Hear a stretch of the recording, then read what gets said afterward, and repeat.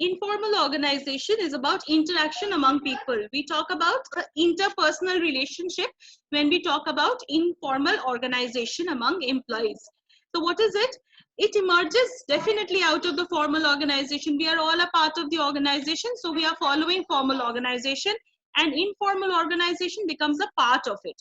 Here people have frequent contacts, as it is said here, frequent contacts. They cannot be forced into a rigid formal structure. Rather, based on their interaction and friendship, they tend to form groups.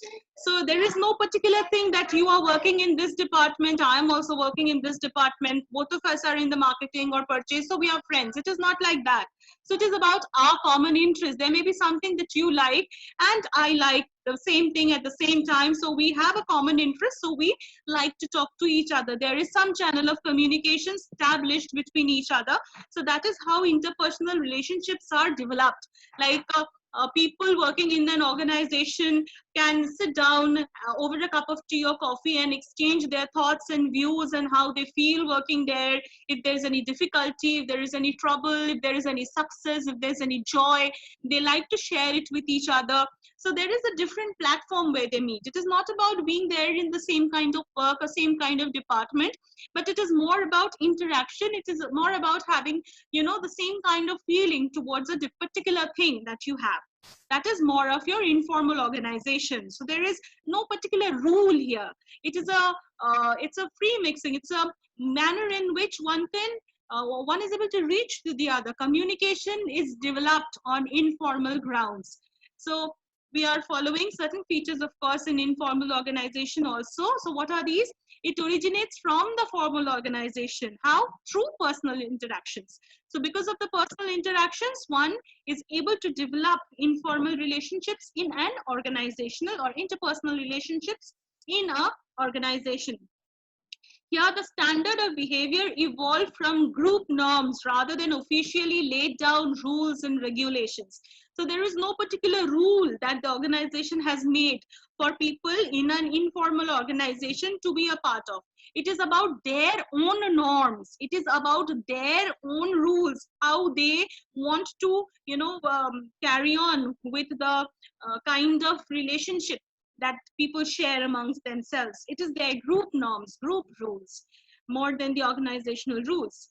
It is an independent channel of communication without specified direction or flow of information, and it is developed by group members. So it is independent of the organization, not a part of it, like not developed because of the organization.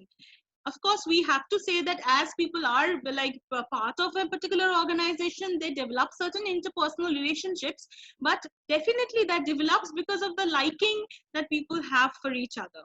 Then we also have that a particular features that tells us that it emerges spontaneously and is not deliberately created. Like I cannot say that I am the superior, you are the subordinate, that is how my role is fixed in an organization. No, it is spontaneously created. It is my common liking towards a particular thing that people have. So that is how it is created. Okay.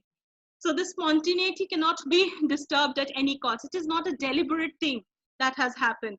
There's no structure, a form of this. Like I cannot have a structure decided for my informal relationships. So these are, as they evolve naturally. They evolve naturally as human beings tend to talk to each other and share their ideas and views. Now, what are the advantages that we get from this informal organization? These are prescribed lines of communications are not followed here. So definitely what happens is that the communication that happens here is much more faster, and people talk their heart out, and you can have a quick feedback which is genuine and which is clear.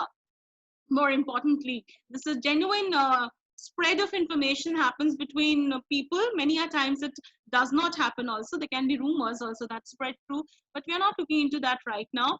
So it also fulfills your social needs of the members and allows them to find like-minded people, which enhances their belongingness.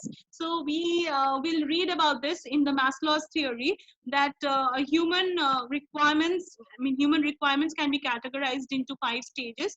In a particular stage, we talk about belongingness, like we all like to be loved and accepted by the people around us. So this particular organization gives us the scope to have that for us, for ourselves. It contributes towards the fulfillment of organizational objectives by compensating for inadequacies in formal organizations. If there is any loophole, if there is any problem in the formal organization that we face, we can fill up those by our informal organization. We can compensate for ourselves in that informal organizations. Now, along with that comes certain problems or disadvantages. What are the disadvantages that we get here? The first thing is that here the management may not be, successful in implementing changes, because changes are constant, we know, and it is very, very difficult to implement a change. If we really want a change to happen in an organization, it takes us a lot of effort and time to implement those changes. Many a time there is resistance that comes from the other side, and these informal organizations many a times are not very good at accepting these kind of changes. It also pressurizes the members to conform to group expectations. So if you are part of a group, we are a big group, but you have a thought of your own which you want to communicate, but because your group is more powerful, you give in to that. You give in to the liking of the people, or the majority of the people in the group. So you are a part of it, and your ideas and thoughts somehow gets lost if that is not believed by many in the organization. Informal organization is also cannot be altogether eliminated. It would be in the best interest of the organization if the existence of such group is recognized and the roles of their members play an identified, it really plays a very, very important role. See, I cannot say that I will only have formal organization, I will not have informal organization. It is not part of my, requirement. I really cannot say that. So it is about having a balance, striking a balance between both, and the requirement of both is widely recognized. I really can never say that I can run my organization without the existence of a informal organization that I have. So informal and formal both have their own part to play in any organizational structure.